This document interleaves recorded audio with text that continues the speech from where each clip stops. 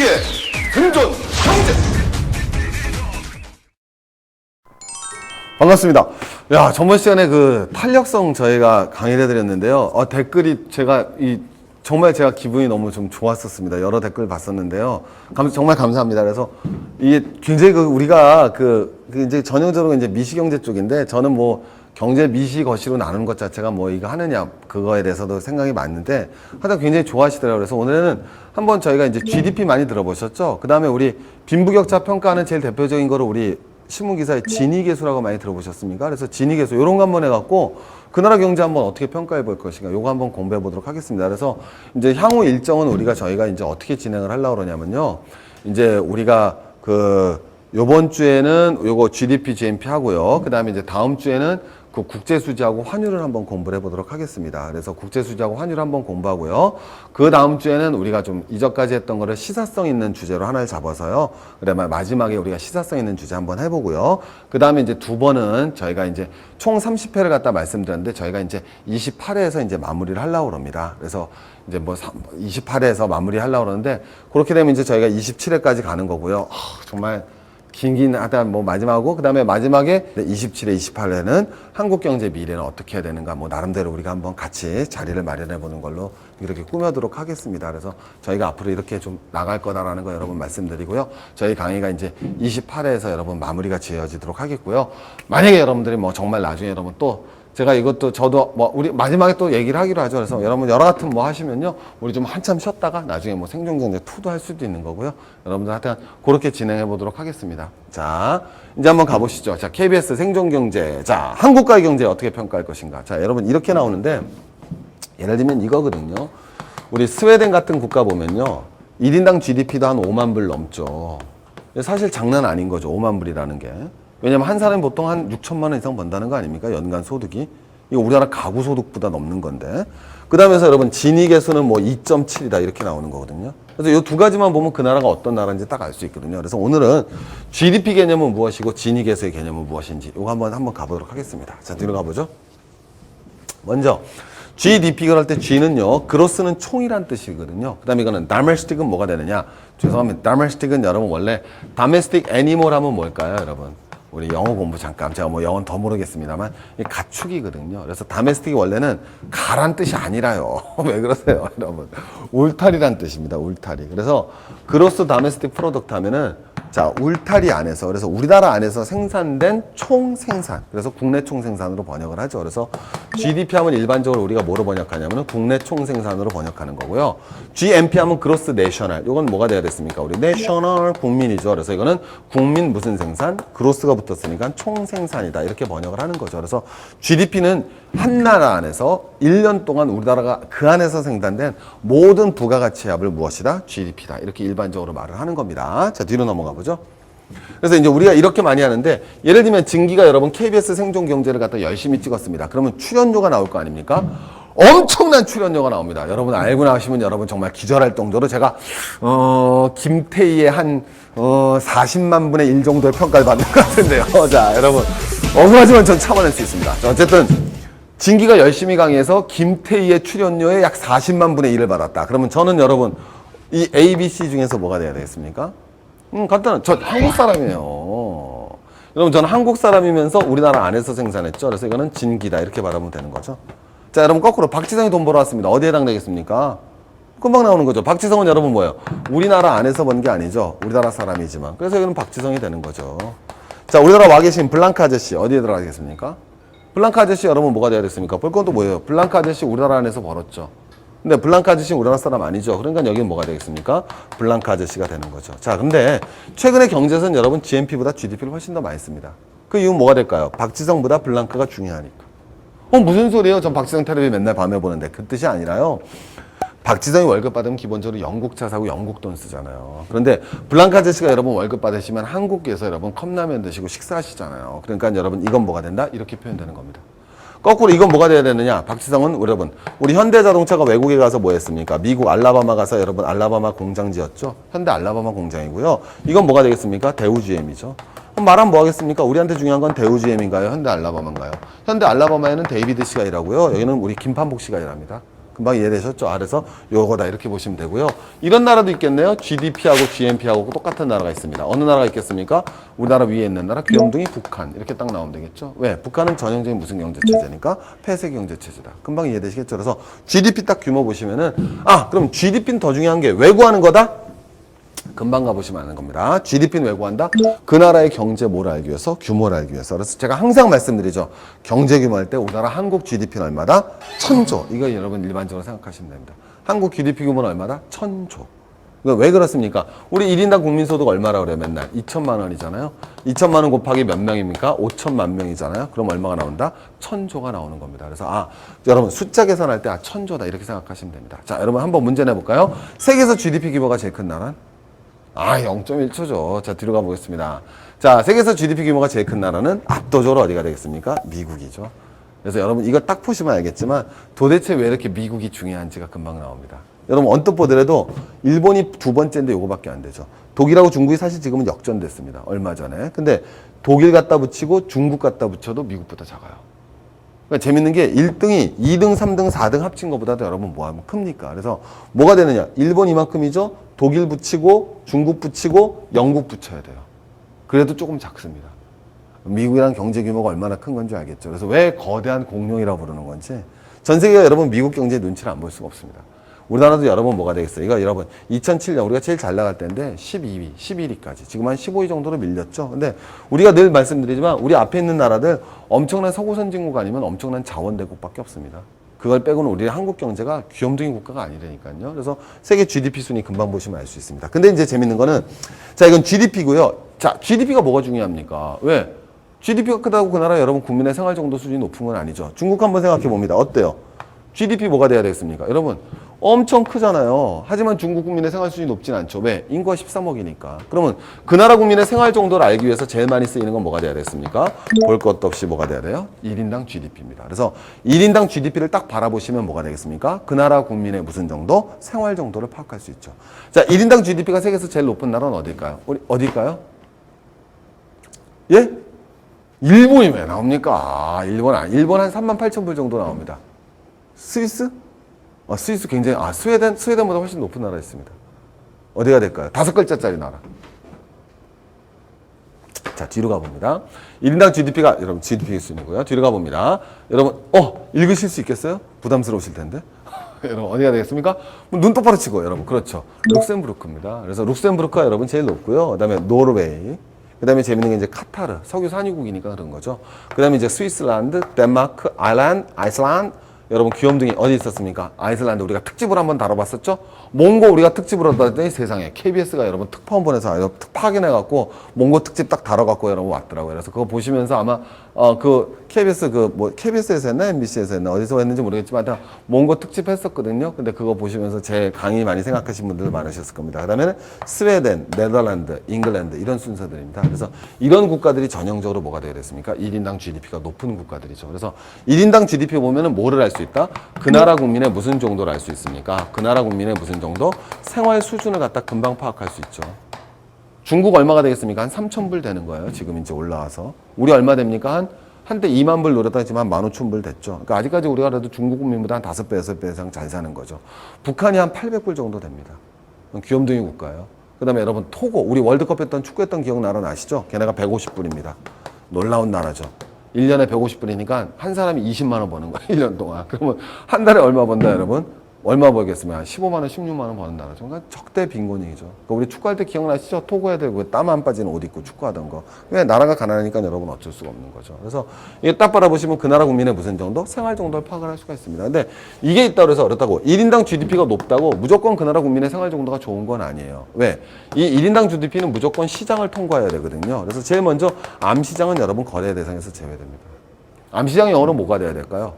다크마켓 하지 마시고요. 눈에 난 게 다크서클이고요. 여러분 뭐가 돼야 됐습니까? 블랙이에요, 블랙. 블랙마켓을 암시. 뭘 거기에 끄덕이세요. 경제 잘하시면서. 그게 바로 블랙마켓이 여러분 암시장인데요. 우리나라는 사실 1인당 GDP보다 실질은 생활 수준이 높은 나라 편에 속합니다. 그 이유는 두 가지가 있어요.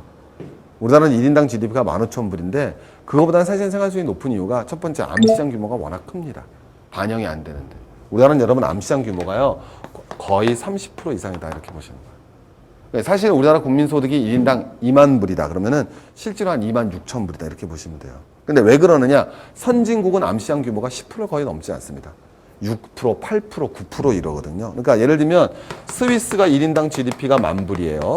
그 다음에 스위스가 5만 불이고 우리나라가 1인당 GDP가 몇가 되겠습니까? 2만 불이면 2배 반 잘 사는 게 아니라 우리는 한 2만 6천 불 되는 거고요. 이해가시죠? 얘는 한 5만 5천 불 되는 거예요. 그럼 한 2배쯤 잘 사는 거죠. 정리되셨습니까? 자, 그래서 첫 번째 암시장 같은 규모를 파악하지 못하기 때문에 GDP가 꼭 정확한 건 아니죠. 뭐 여러 이유가 있는데 또 아주 대표적인 건 뭐가 들어가느냐? 물가 수준을 반영을 못합니다.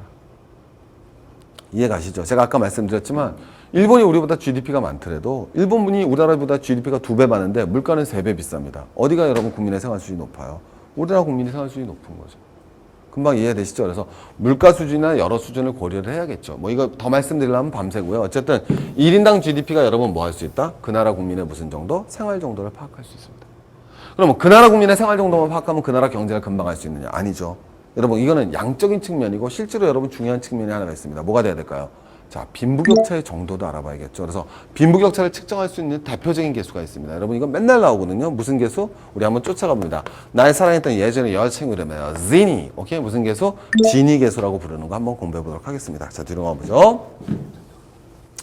자, 요거는 이제 여러분 뭐가 되느냐? 로렌츠 곡선과 지니 계수가 나와 있는데, 자, 이건 여러분 뭐 신문 기사에서 거의 안 나오고요. 그냥 지니 계수만 여러분 알아두시면 됩니다. 뭐냐면요. 제가 나라가 3개가 있어요. 나라를 한번 말씀드릴게요. 나라가 있는데, 테란국이 있고요. 나라국이. 그 다음에 저그국이 있고요. 그 다음에 무슨 국이 있느냐? 프로토스국이 있습니다. 들어보셨나요? 테란, 저그, 프로토스. 놀라운 나라들인데. 자, 테란국엔 사람이 5명이 살아요. AC, BC, CC, DC, EC 살고, 전부 다 10원씩 법니다. 자, 테란국은 전부 다 뭐 한 나라죠? 평등한 나라죠? 다시 한번 천천히 한번 가보겠습니다. 테란국은 5명이 사는데 전부 다 20원씩 번다고 쳐보죠. 자, 테란국 두 나라만 해보겠습니다. 테란국하고 저구국만 해볼게요. 그러면은 테란국은 여러분 어때요? 전부 다 평등한 나라죠? 저구국엔 누가 사느냐? AC, BC, CC, DC, EC 5명이 삽니다. 소득 한번 보여드릴까요? 얘는 어떻게 버느냐? 5원, 10원, 20원, 30원, 35원 봅니다. 자, 제가 하나 물어볼까요? 1인당 GDP 어느 나라가 더 높죠? 자, 선생님, 1인당 GDP 어느 나라가 더 높습니까?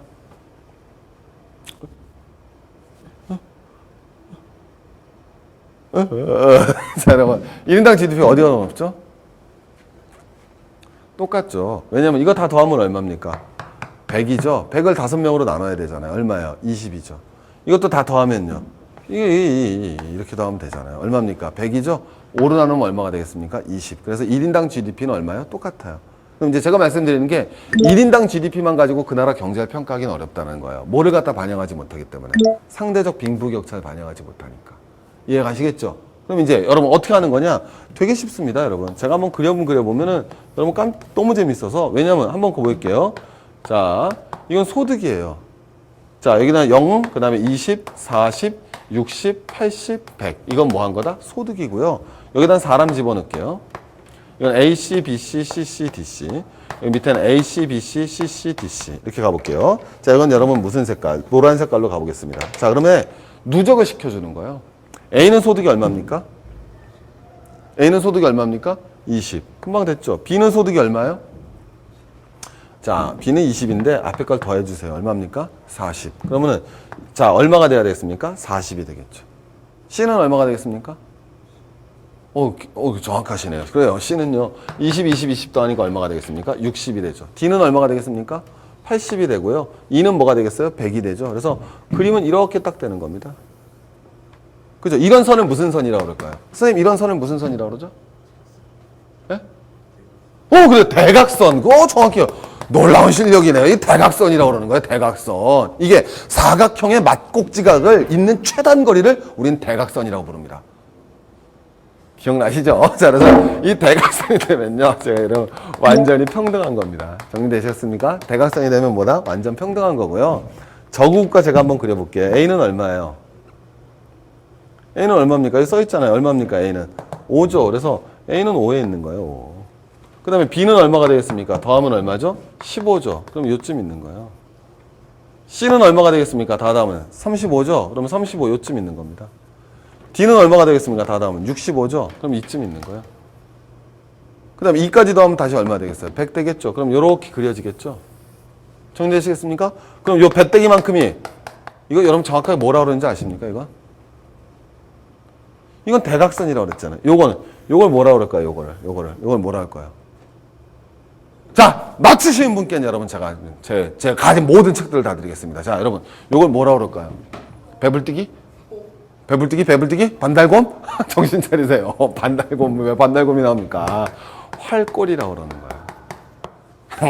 중학교 때 배웠는데 도저히 못 맞추시겠죠. 자, 다시 한번 따라해 주세요. 이거 뭐라 그런다? 활골 그럽니다. 그러면 이 활골의 면적이 뭐를 나타내줘요? 빈부격차의 정도를 나타내주죠. 그러면은, 자, 이건 노란 나라고 이건 빨간 나라잖아요. 자, 어느 나라가 빈부격차가 더 심하겠습니까? 빨간 나라.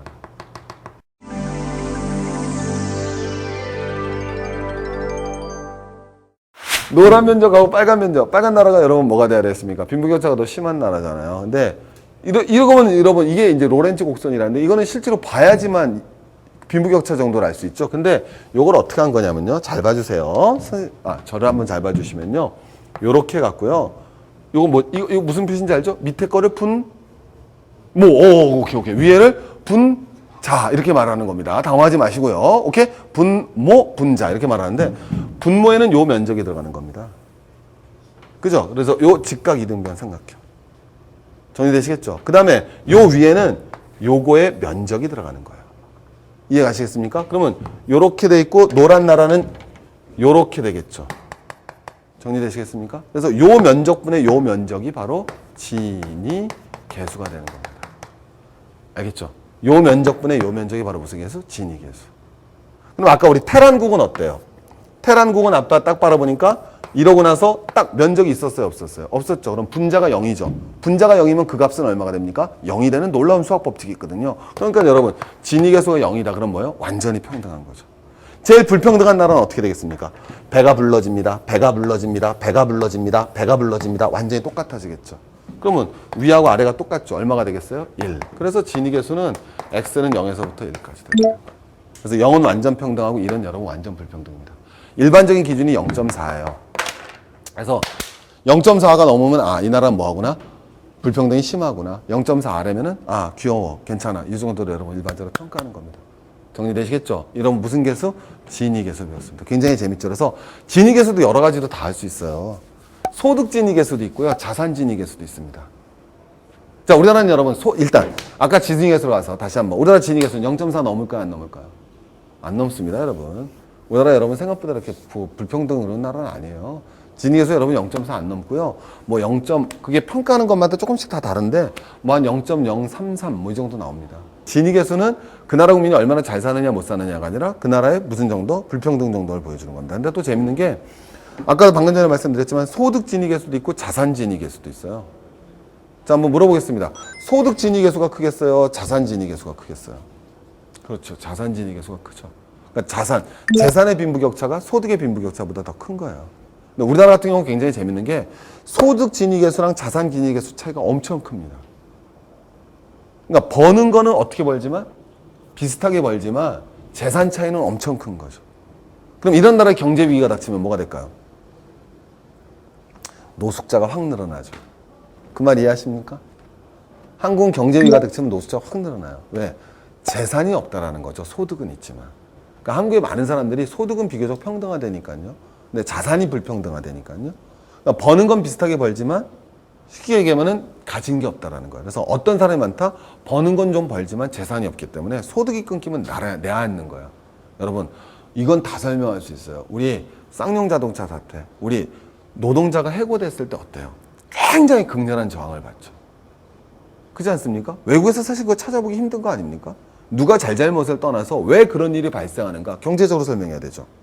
그건 여러분 전형적으로 쌍용 자동차 노조원들 소득은 있었다라는 거예요. 소득은 남분치 않았다는 거 어떤 측면에서는. 하지만 뭐가 없었다? 재산이 없었죠. 그러니까 소득이 끊기면 갈 데가 없으니까 극렬한 저항을 하고 극렬한 사회 문제가 발생하는 거죠. 금방 이해가시겠죠? 그게 한국 사회의 모습인 거예요. 그러니까 한국 사회가 보다 더 뭐가 필요하다? 사회 안전망이 필요하다. 금방 나올 수 있는 거죠.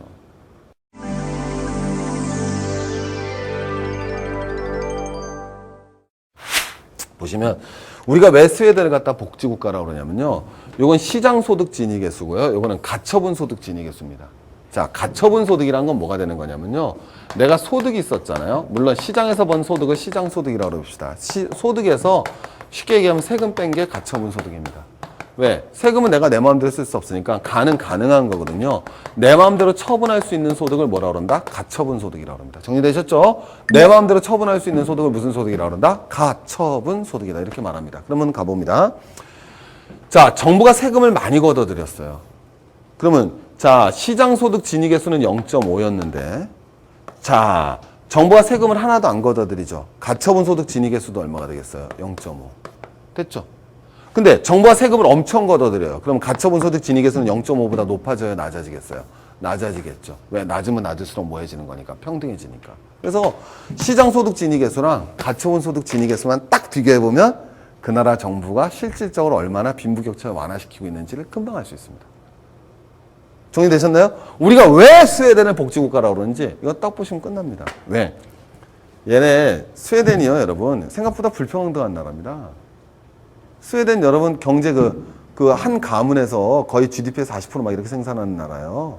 우리 삼성 같은 가문에서 GDP의 40%씩 생산하는 나라가 바로 스웨덴입니다. 여러분 보세요. 빈부격차 심한 나라예요. 0.439죠. 0.439 넘어가는 나라 보세요. 아일랜드. 그 다음에 거의 없죠. 없죠. 이들 나라 중에서 보셨죠? 스웨덴 빈부격차 심하다니까요. 근데 보세요. 자, 시장소득 진위계수는 0.439인데요. 가처분 소득 진위계수는 0.218입니다. 이해 가시겠습니까? 정부가 엄청난 역할을 한다는 거죠. 뭐를? 소득 재분배 정책에 엄청난 역할을 한다는 거예요. 이해 가시겠죠? 그게 스웨덴이 왜 복지국가로 불리는 이유를 오래 말할 필요가 없어요. 이 도표 하나만 딱 보여주면 끝나는 겁니다. 재밌으시지 않습니까?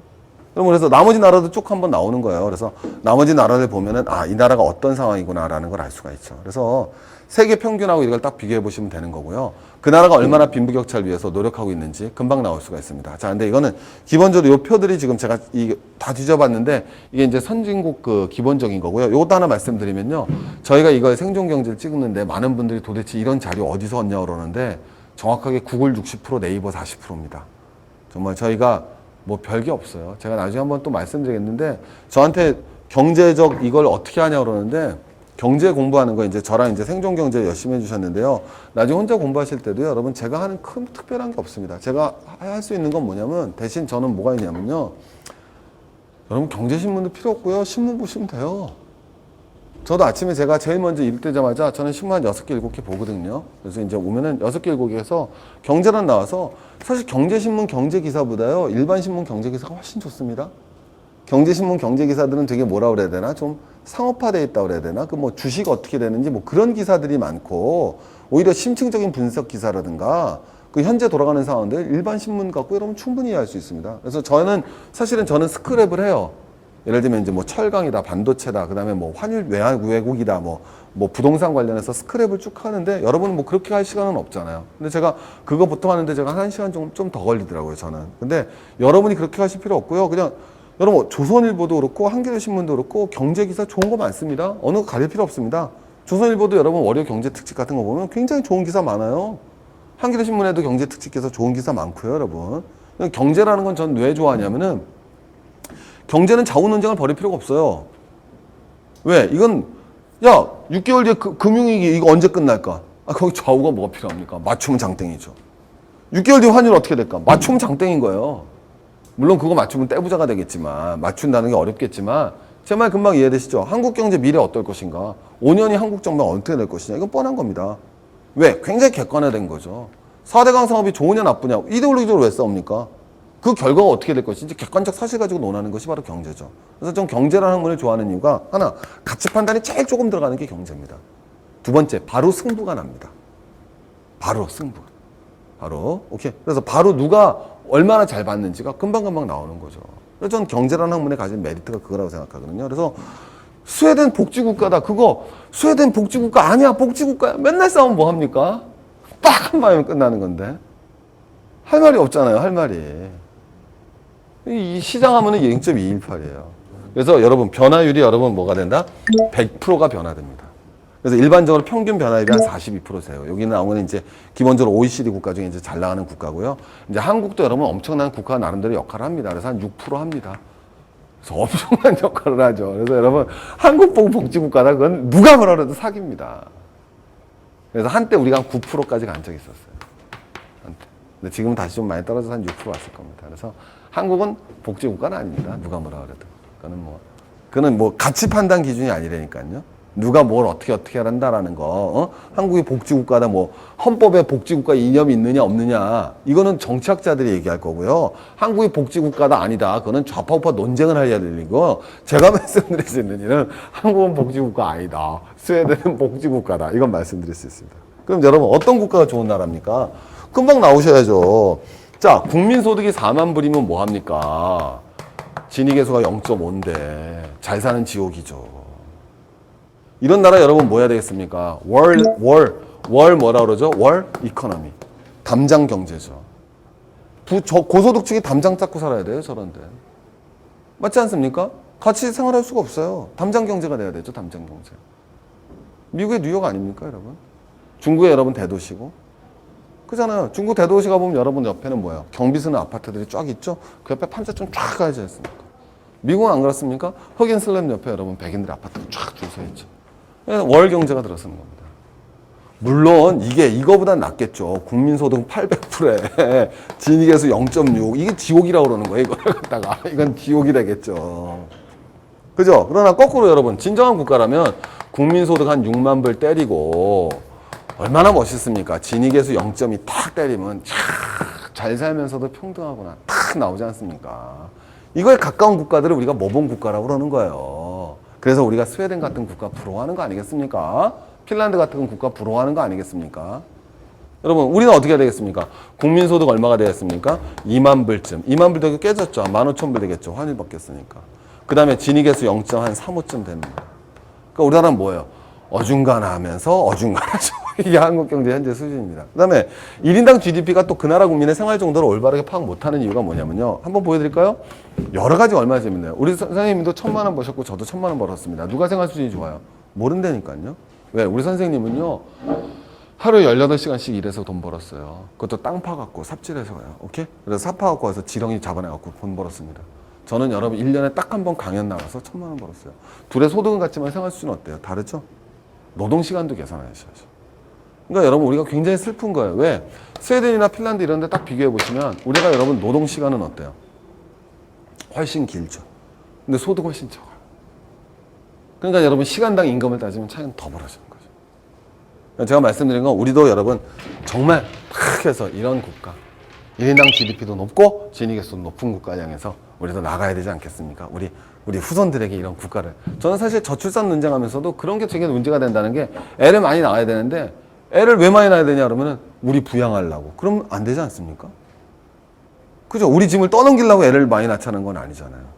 그죠? 그러려면 우리가 정말 우리 후손들에게 그 얼마나 그 저출산 논리가 우리가 저열해요.